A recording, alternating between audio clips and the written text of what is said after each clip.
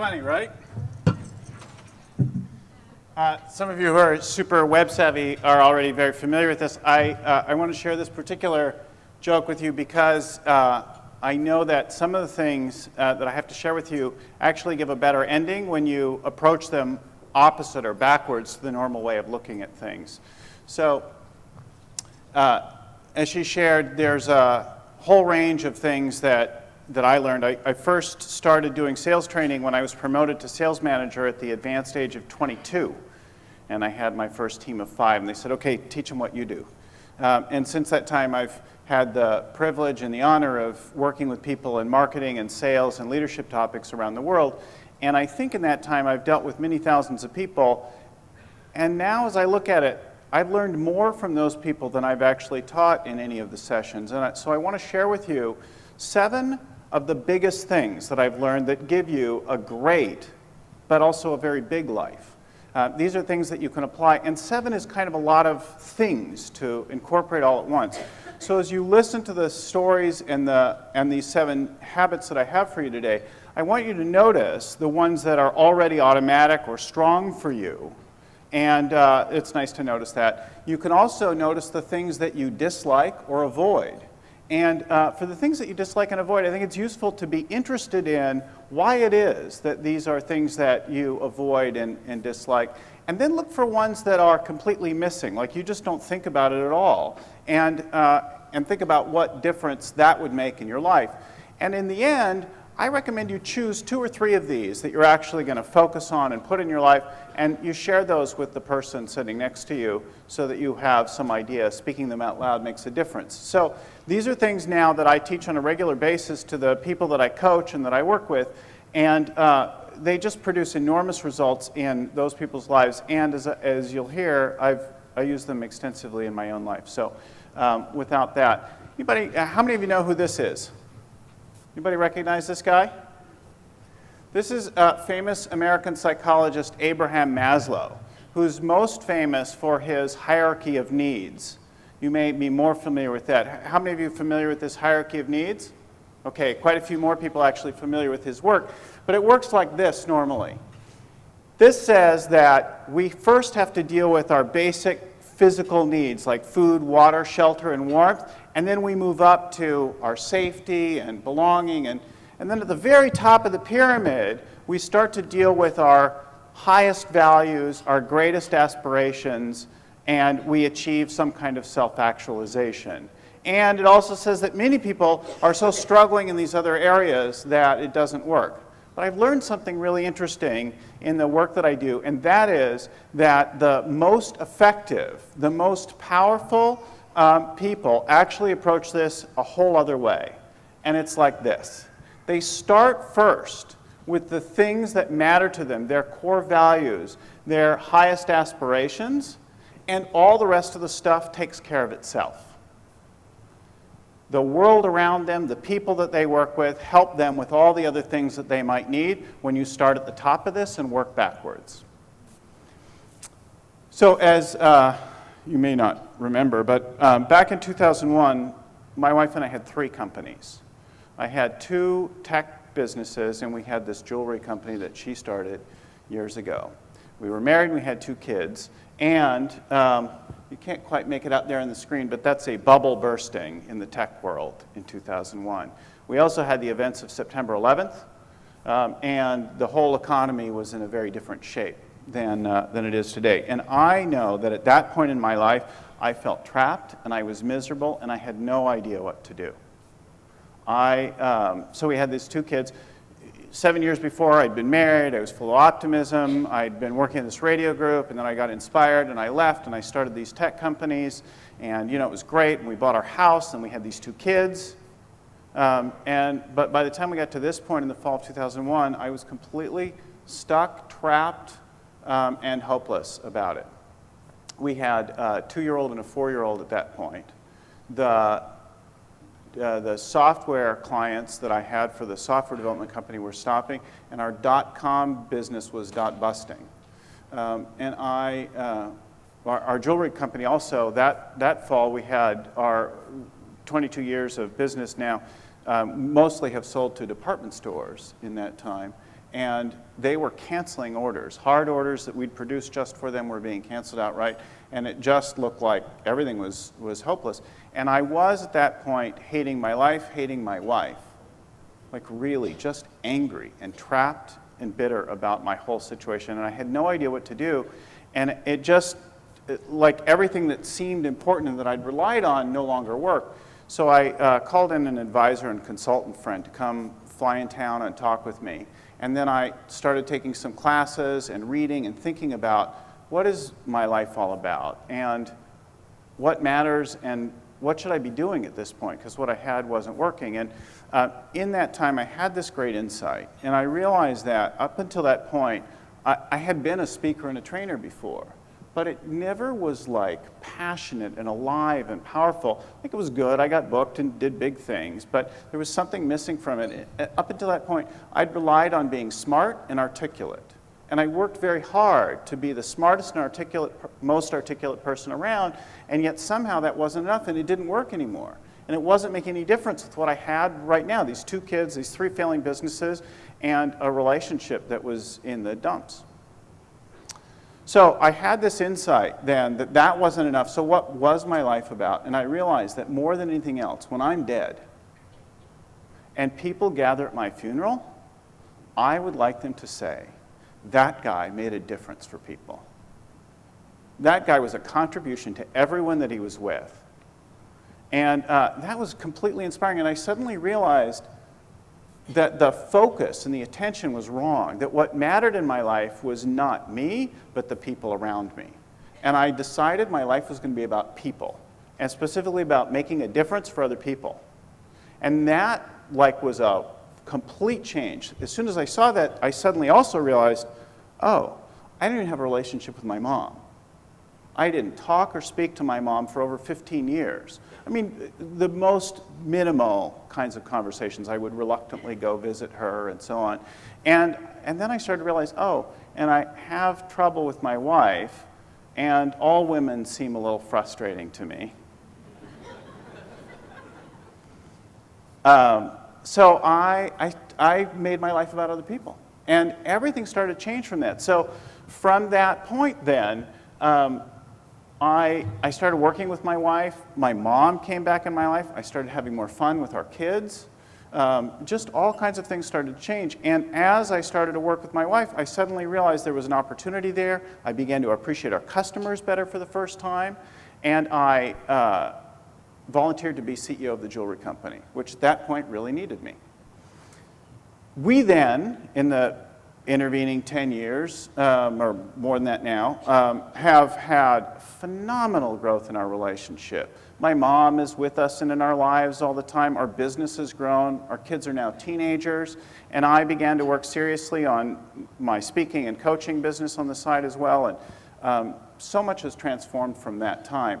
And so here's the first of my 7 habits lessons. And that is that you be for others first. All that other stuff in life will take care of itself.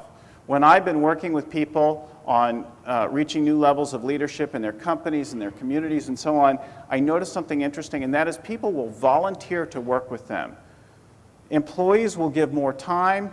Complete strangers will help them deal with things in their life. People will give them fun. They will give them money. They will give them support in every way. When you make your life about all the people around you, something changes. Something really powerful changes. So that's the first of the big tips that I've got for you. I want to talk to you now about what happened to me in 2005. In the summer of 2005, I got a call from the emergency room that my dad had tried to kill himself. And he was being transferred to a psychiatric facility for what they call a 5150 hold. It was the first time I'd ever gotten that kind of a call. And unfortunately, it would not be the last time. When I was a kid growing up, my dad was just the biggest hero in my life. He was my best friend. He was my hero. And, my dad was a college professor. He was a best-selling business author. He could speak 17 languages passably. He was a terrific speaker. So he did all these things. He taught me how to surf. He took our family all over the world on great adventures. He was just enormous. But then, after I grew up, my dad had a series of problems in his life. He had several failed marriages. His career went into a decline, and he became a serious alcoholic. And as that went on, I began to distance myself from my dad, my best friend. And I just got busy with my own life, and I separated myself from him. Now, I wouldn't let our kids stay at his house or leave them alone with him unsupervised, you know. Everything was, and I did my best to just separate him from my life. So, you know, I was shocked and stunned when I got that call, but I really didn't want to have anything to do with it. And I know that I need to find inspiration to deal with life's challenges. So I searched myself, and I really did not want to deal with my dad or his problems, but I did find something that inspired me, and that was providing leadership for our family in taking care of something big. And I was lit up by being the point person. So I helped our family to deal with it. I found rehab facility and sober living situations, and I helped my dad navigate through the whole thing in order to provide leadership for our family. Now, the rest of the family did extraordinary things as well. We all rallied for it, but that was the inspiration that I found. And, you know, it was not an easy time. That's a very, very difficult thing, a serious alcohol kind of condition like that. And over that time, there were many kinds of ups and downs, but I remember one in specific where it was, I don't know, it was a couple of years later, and we were by the pool with the kids, summer afternoon, we're going to barbecue, and my dad's there, and we're talking about something, and something he said triggered me. And I just came unglued. And I swore at him, and I screamed at him, and I told him everything that wasn't okay with me about how he was living his life. And he got all of my anger. But at the same time, and as that unfolded, he also got how much I cared and how much I loved him. And that was the moment in our relationship that things shifted. And I now could accept not only the dad that was my hero, but the dad who'd had real, significant personal problems and who melted down. And I could accept all of him, all that was amazing about him. And we actually, even with the alcoholism and all of the personal problems that were going on after that, began to communicate again and to find love and connection even in the middle of all that. So I had a little bit of time, and then in April of 2008 at 3 in the morning,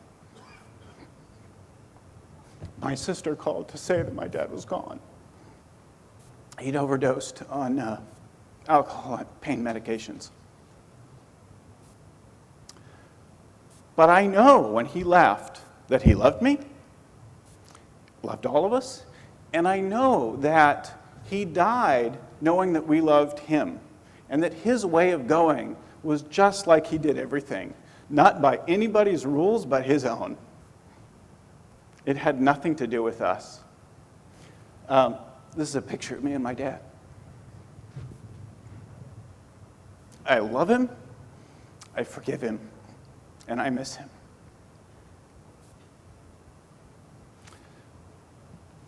The lesson of this that I think matters to all of the challenges that we face, whether they be business or personal at any point in life, whether you're dealing with something right now or whether you have something happen next week, is that you've got to find some heroic role for yourself.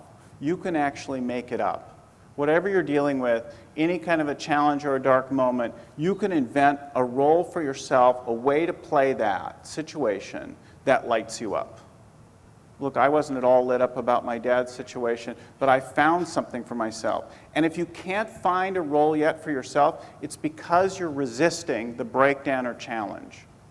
The way to get to this is to embrace fully the breakdown, all of the circumstances, all that you think it means for you, all of your thoughts and feelings about it. When you fully just accept it for what it is, you can begin to imagine, if I handled this, not change this, but if I handled what I actually have beautifully, what would that look like? That's the role I want to play. You can invent that. You'll discover character traits in that you can embody right now in what you're dealing with, in that moment. And that can change everything. So that's the second one. Now, I know how many of you, your business was rocked by 2008. Don't be shy. You can show some hands. I'm glad not to see more hands up. So I know actually one of the things that we noticed did really well in that time frame was bridal jewelry. Hopefully that was, people were still getting married through that and still finding things that they needed to get. But our business is a fashion jewelry business. We had been selling primarily to department stores, heavily weighted to a couple in particular, and we were just floored by that, like so many people. Overnight, our business went down by half. So it wasn't really inspiration that had me do what was next. There were, you know, I was just looking for what to do. So I slashed costs. I had no idea. If some of you were in the earlier session, I shared about how I went and got massive cuts from my landlord in things. Our employees, we laid people off. Those that stayed gave us big pay cuts. So we were just out to survive. But then I started to look around, and I started to think about, what is it that matters right now? I have no idea if we'll have a business or not, but what is going on? And we noticed people were buying things like vitamins, and they were buying coats and children's shoes, and they were buying gifts for other people. And then we started to have some ideas about things that we've been thinking about in the background for a long time. Now, from our history on the jewelry business, we had been a department store-oriented business, primarily fashion-driven, and we did 12 new collections a year that we produced one time and then killed. 12 new collections a year, one a month, 2 designers, over 1,000 styles. It was really exhausting.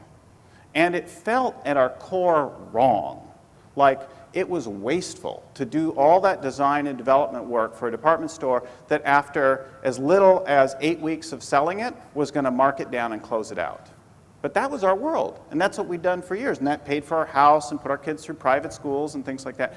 But all that seemed off, so we looked around, we looked at what was happening, and we said, oh, let's invent some new things, some things that really light us up. So we got lit up about it, and we started to tell people, we have ideas for gift items that are in this category that work this way and so on. We started sharing, we started showing early concepts to our buyers, to our partners, like everywhere that we could see, and they got lit up by them. They got excited, and before we'd even produced any of it, we got million-dollar orders for things. We started to have some real breakthroughs, and the volume of production that we did, we went from like thinking we had no business to 3 years of 30% plus growth, and we doubled the business that we had before. It was a dramatic time of growth. Now, some other things happened in that time. This is where I first realized that we were onto something extraordinary. This was taken actually on that day. I was at that resort up at Lake Tahoe with my kids while the team was at a trade show in Atlanta. And I got a call from our sales and marketing team there that we had just broken 5 times our best trade show record before that date. We had produced a 500% increase in all prior show sales. So people were lit up, they were sharing the words, people were clamoring, people were calling us and emailing us every day wanting to carry our new products. It was a dramatic breakthrough. And at the same time, there were some very significant challenges with growing that quickly. And I'm going to share both of those things with you. The first lesson I want you to get from this is that inspiration is viral. You should spread it widely. When you are lit up by something, you should tell it to everyone, everywhere you can, talk about it, and they may give you other ideas like that, but when you're lit up about something, see, inspiration by itself has a very short half-life. Most of us are not good at manufacturing, generating inspiration. It happens to us. You can actually get good at it, but when it happens to you, spread it widely, because inspiration is easily displaced by all of the circumstances of life. All kinds of things get in the way and kill your inspiration. But when you spread it, when you get inspiration all around you so that your employees, your suppliers, your family members, your community, everyone, your customers are sharing what lights you up, that inspiration has a power that's well beyond anything that you will ever do with it by yourself. The second thing, though, is to always be planning and tracking. So I went from, I had a 500% increase in sales at our shows, and we doubled our business in very quick time. We went from 40 independent retailers and a couple of department stores to over 350 independent retailers in a year and a half. We had dramatic growth. We were producing 10 times the units producing and selling 10 times the units that we had done before because of changes in the way we sold things in the mix. And suddenly, the methods, the practices, the processes that we had didn't work. See, a plan is of fleeting and useful value. A plan is only useful in the moment that you create it, and then increasingly obsolete right after that.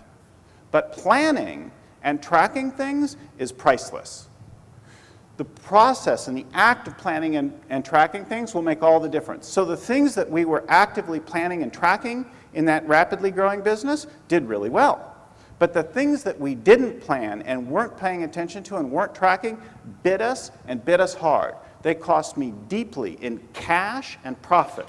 And I know most of you know there's a big difference between the two, especially when you're in an inventory business. So be planning and tracking as a regular automatic habit, and notice and pay careful attention to the things that you're not measuring and not tracking and not planning for, because that's what will bite you. I want to tell you a story now about a woman that I was coaching, one of my clients, in a very different line of thing, a woman named Astrid. And she was semi-retired when she came to me for coaching on launching a major new initiative. She knew that I did this kind of coaching with people on startups and entrepreneurs. And so she wanted to create a program for cancer patients. She was a former cancer patient herself, and she was completely inspired by this new vision for this program. So she started working with me. We laid out the project. We went through a strategic planning process together, and she laid the whole thing out. And after, I don't know, a week or two, she came to me and said that she had got to stop the project now because her cancer had returned. And she was going to be going through a whole series of chemotherapy treatments and be in the hospital.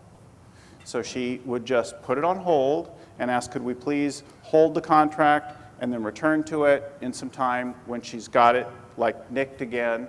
And she was worried that she might not survive. I mean, her outlook was not good. But she knew that she could not do this project. It was too big. I listened to her. I had been working with her. I appreciated her. And I said no. I told a woman who might die from cancer, who was going to have to be in the hospital, no, I did not accept that she could quit her project and put it on hold until she got better. I said, no, I want you to do this project no matter what happens. You cannot do this project alone. It's going to take a whole team of people. So you're going to use conversations. And you can have those over the phone. You can have them from your hospital bed. You can have them if you're barely speaking. And if you don't survive, let this project be your legacy. Do this with your last breath if that's what it takes. Now, that's not a normal way to speak to people, but I know what mattered to her, and I know she was capable of more than she realized. She had never done something like this before. So she said she would try. And she did try. She worked the phones, she went through her chemotherapy, and she produced that project. She got it all the way through, she survived, and she launched the project. And I remember when, after the launch party of this whole program, she came to me and she's like, I cannot believe it happened. I cannot believe I'm still here. Thank you. And I continued to hear about it for several years after that. The last time I heard about it was a celebration in her honor. She did pass away about 2 years later as the cancer continued, but the project continued forever. And I've learned something very powerful both from this woman and other people that I've worked with and the people on my own teams, and that the first one is this. The secret to people is the giant in them. If you will speak to and relate to what makes people great and find and listen for that always, whether they're your kids, your spouse, your employees, your vendors, your partners, your customers, you will have a way easier time with people. People make a lot of noise. They make excuses, they complain, they gossip, they do nasty things. And we spend most of our time as other human beings interacting with all that nonsense. And there's no power in that. But there is real power in this. If you will speak to and relate to the giant in people and just leave room for the rest of that stuff, all that other noise, that's just noise, let it be. Keep pulling for what makes that person great. People will give you their best. They will do things that neither you nor they ever thought they could if you keep pulling for that.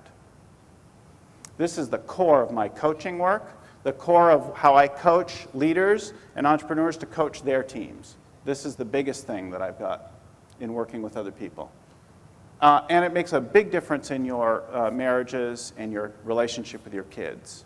My daughter is 14 right now. I have very significant issues right now. I am deeply humbled and challenged as a dad of a 14-year-old girl. My son was challenging at that age too, but this is like a whole other level for me. And every time I do a bad job of it, I keep looking for this. What is it that makes Sophie awesome? And there's a lot that makes Sophie awesome. A lot that I love about her. And I have to keep remembering that. All right, here's the second thing. Never, ever, ever give up. Just don't give up. See, we quit and give up things all the time because we think it might be honorable or, be best if we just quit for now. But there's no value in that.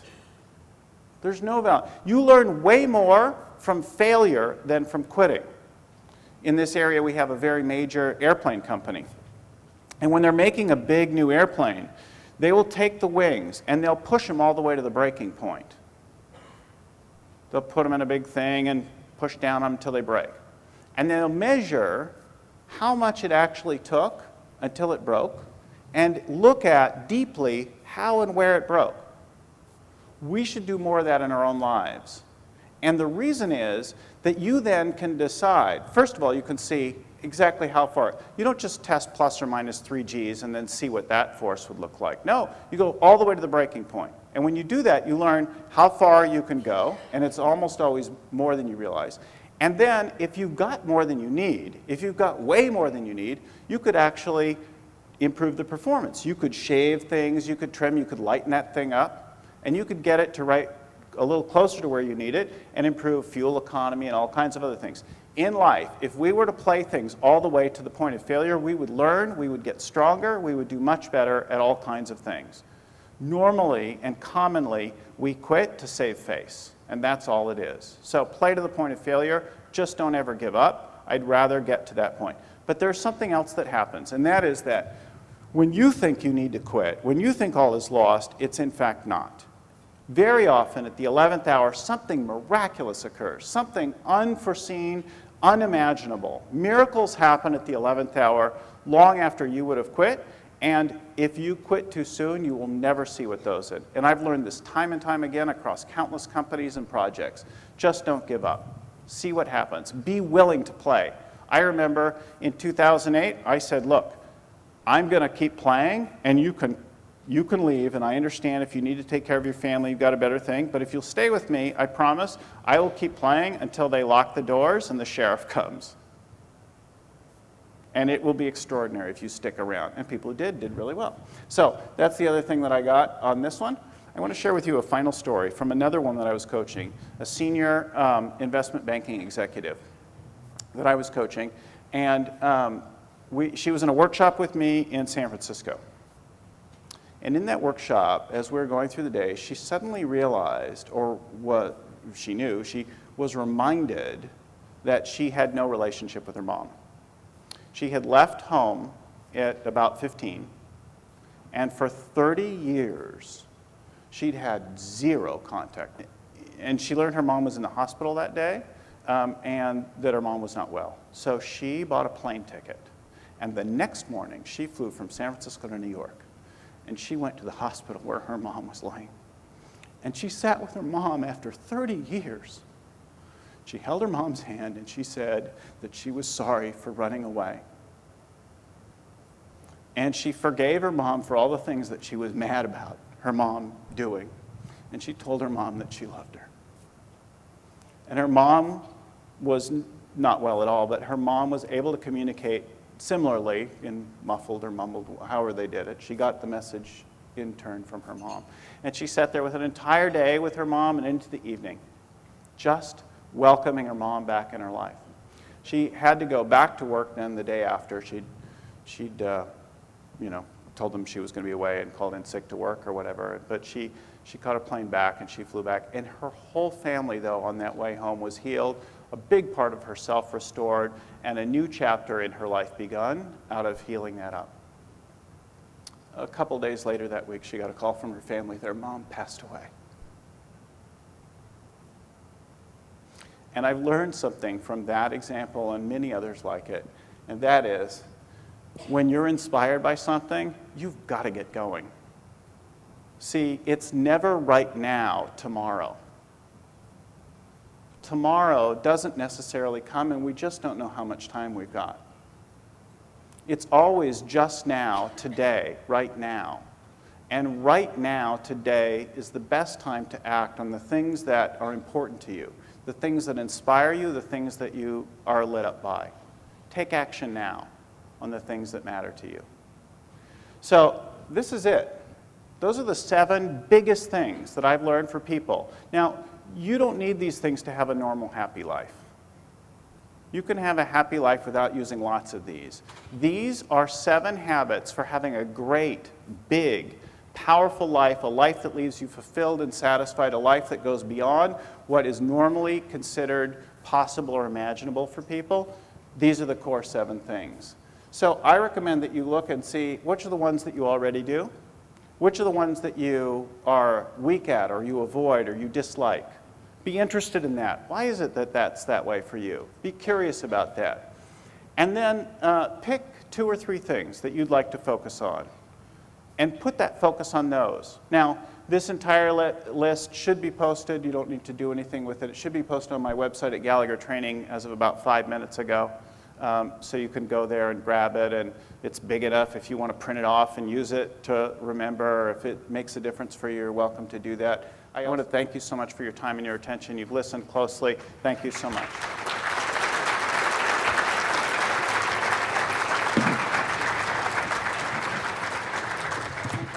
Thank you. You bet.